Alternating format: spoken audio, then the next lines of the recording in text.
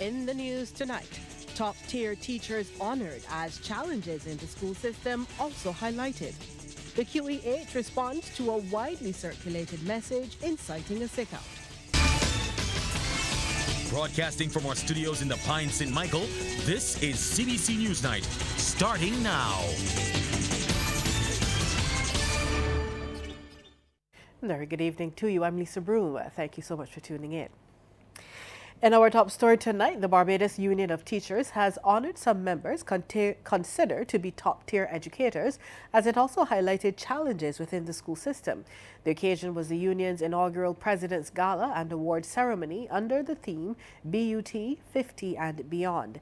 It culminated the BUT's Golden Jubilee Anniversary celebrations. Rachel Agard has that report. 50 awards were presented on the night. They included 20 top-tier awards, 20 retired teacher awards, and 10 service awards. The Caribbean Broadcasting Corporation received one of the service awards for highlighting the union's issues. The occasion is also used by BUT President Rudy Lovell to underscore that there are still a number of issues facing the union and by extension teachers. One such challenge that can no longer be ignored is violence and indiscipline in schools, which Mr. Lovell says has reached alarming levels. He also stresses the need for parents to play a vital role in combating deviant behavior with lessons of conflict resolution and the promotion of dialogue over aggression.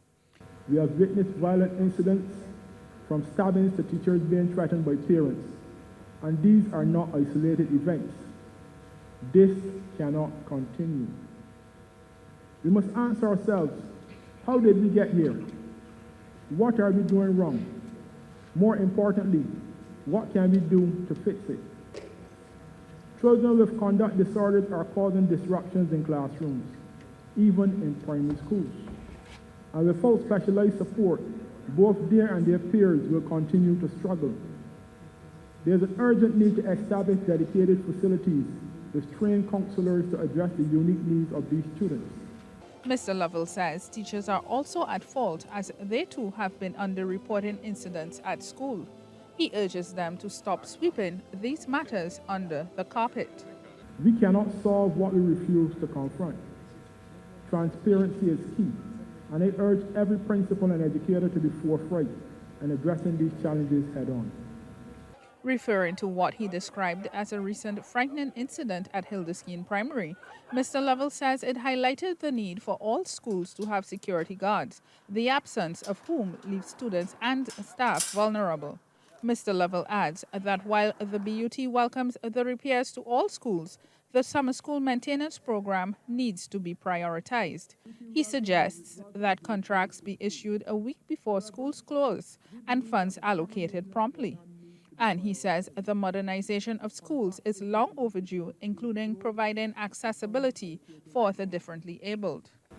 The Ministry of Education has signaled its intention to roll out a comprehensive school maintenance program. While this promise has been made, we will hold all our applause until the plan is implemented and we see real changes. As we seek to meet the demands of a changing educational landscape, we must also accelerate the integration of technology into our classrooms. Digital literacy is no longer optional. It is essential. As the BUT strives for another 50 years, it hopes to garner support from stakeholders in the education of the nation's children. Rachel Agard, CBC News. The Queen Elizabeth Hospital is investigating the circulation of a message encouraging workers to withdraw their labor. The QEH says the message and associated actions were not sanctioned by the National Union of Public Workers, which represents the majority of hospital employees. Chief Executive Officer Neil Clark confirms some staff members were absent. In a statement issued after a management meeting earlier today, he expressed concern about the potential impact on patient care. The Queen Elizabeth Hospital is aware of recent staff absences following an unauthorised message circulating amongst employees encouraging a temporary shutdown of shifts. The safety and well-being of our patients remain QEH's top priority, and our teams are working hard to maintain uninterrupted services.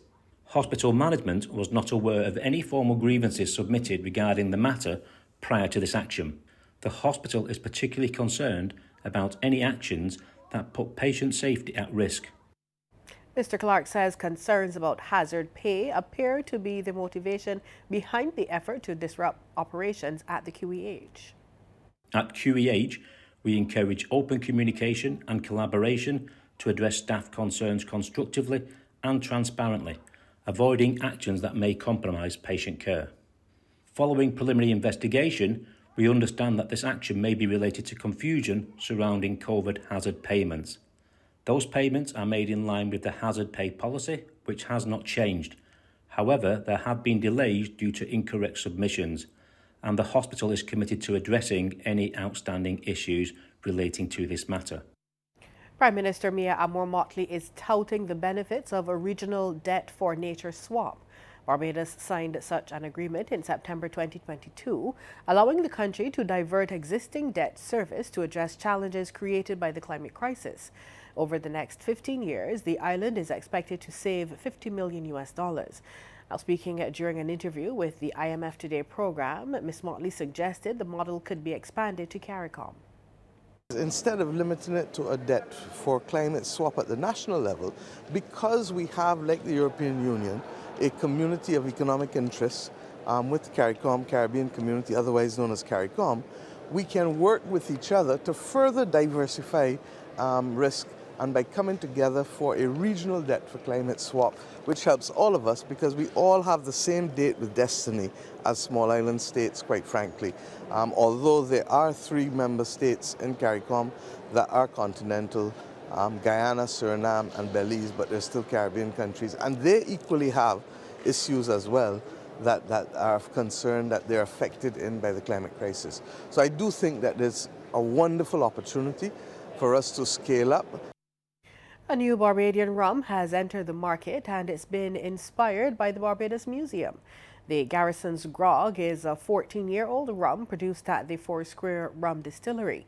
It was launched last evening at the Barbados Museum, where the idea of showcasing the island's heritage in a bottle originated, resulting in the production of Garrison Grog.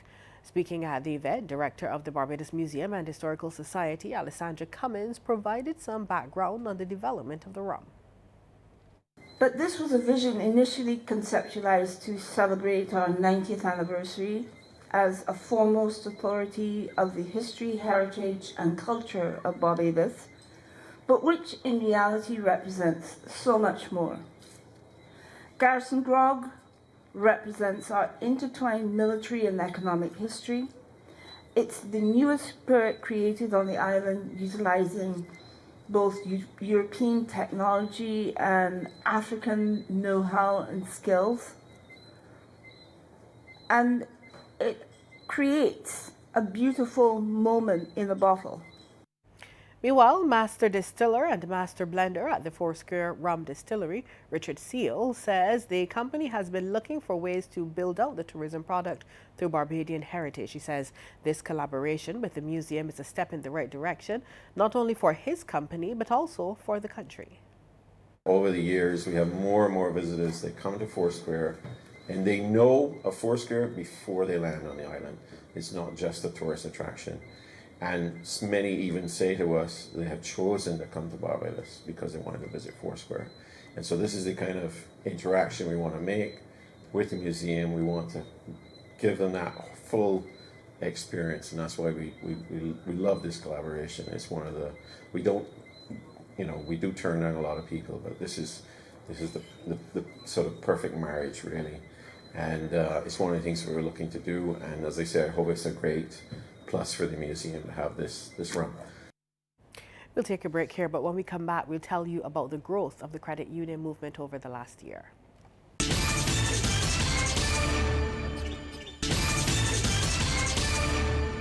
The credit union sector has grown over the last year.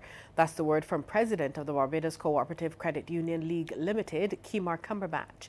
Speaking at the annual general meeting at the Lloyd Erskine Sandiford Centre, Mr. Cumberbatch said over the year, the sector has seen growth in its membership by some 2.3%, and that represents some 5,000 new members joining. Mr. Cumberbatch says because of this, the sector has also seen a growth in the financial numbers. There was year-on-year growth of 2.5%, with deposits increasing from $2.75 billion to $2.82 billion. From that base, we recorded 2.8% loan growth during the year, which increased from $2 billion to $2.06 billion. Assets of the sector were also on the rise over the year, climbing from $3.14 billion to $3.24 billion. These are all undeniable representations of a movement that is strong and enduring. Mr. Cumberbatch also said one of the league's main focus moving forward is being able to secure deposit insurance. This is an area that your league remains laser focused. We have made it our mission for almost a decade, and we assure you we are working diligently to ensure the sector reaches the finish line on this critical matter. This is mission critical, but it requires partnership with the government through the Ministry of Finance to initiate the passing of requisite legislation, as well as the involvement of the regulators, namely the FSC and the Central Bank of Barbados. Students of the Alene School have been reminded their lives have value and worth and to make the best of their school days. The encouragement from Reverend Ruth Ann Wiggins of the World Transformational Ministries, or WTM. Reverend Wiggins is a past student of the Belle Plaine St. Andrew Learning Institution, where she left as head girl. She told the students they have a lot of ability, but it is what they did with that ability that made the difference. She was speaking during a special assembly where WTM donated 4 books penned by Minister Mario Herbert to the school's library, 3 sugar apple trees which will be planted on the compound, and handmade journals crafted by Ruth Ann Innes to the 4th formers. You have about 6 years here at this school. When those 6 years have passed, you will never be able to retrieve them. I can never be 15, 16, 17 again. So I want you to grab hold of every single set of time that you have. For those who are in first form and have just joined the school, see this school as your home and make it great. Whether it's English, math, chemistry, physics, biology, geography, it does not matter.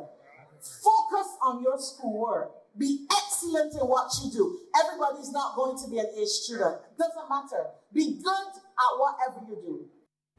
Time for another break. When we come back, we'll have the weekend sports and weather. Sports time. Good evening. I'm Damien Best. We start with some cricket news. West Indies fielding and bowling departments have come under some scrutiny from white ball head coach Darren Sammy despite winning the final one-day against host Sri Lanka yesterday. Sammy was pleased that his side was able to register a win, but he notes they must improve in those 2 key areas ahead of their upcoming home series against England. Well, the Windies avoided a series sweep and registered their first win in the ODI format this year. The team will now turn their attention to the 3 one-dayers and 5 T20 internationals at home against England. It starts October 31st and runs until November 17th. Well, defending champions Empire were forced to forfeit their match against YMPC, given the home team victory by default at Beccles Road on the final day of Series 6 in the BCA Elite Division today. Resuming on 120 for 8 in their second innings, Empire posted 156 for 9 declared. However, they failed to provide a new ball for YMPC's second innings, and as a result, they surrendered the game to the hosts. Scores there, Empire 160 and 156 for 9 declared, YMPC 121.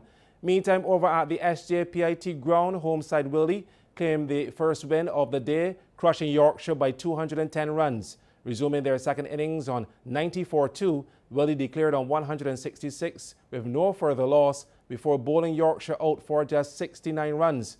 Orion Bostic took 4 for 14 and Tariq O'Neill had 3 for 19. Scores in that one, Willie 252 for 4 declared and 166 for 2 declared, Yorkshire 139 and 69. At Dells Road, host Wanderers were 9-wicket winners over UWI. Scores UWI 193 and 188 for 9. Wanderers 300 for 6 declared and 82 for 1. The match between Spartan and BCA Youth at Waterford A ended in a draw. Scores in that one, the Youth 252 and 315 for 9. Spartan 339 for 5 declared. The result was the same at Rice's between home side Gladiola and Pickwick. Scores Gladiola 212 and 121.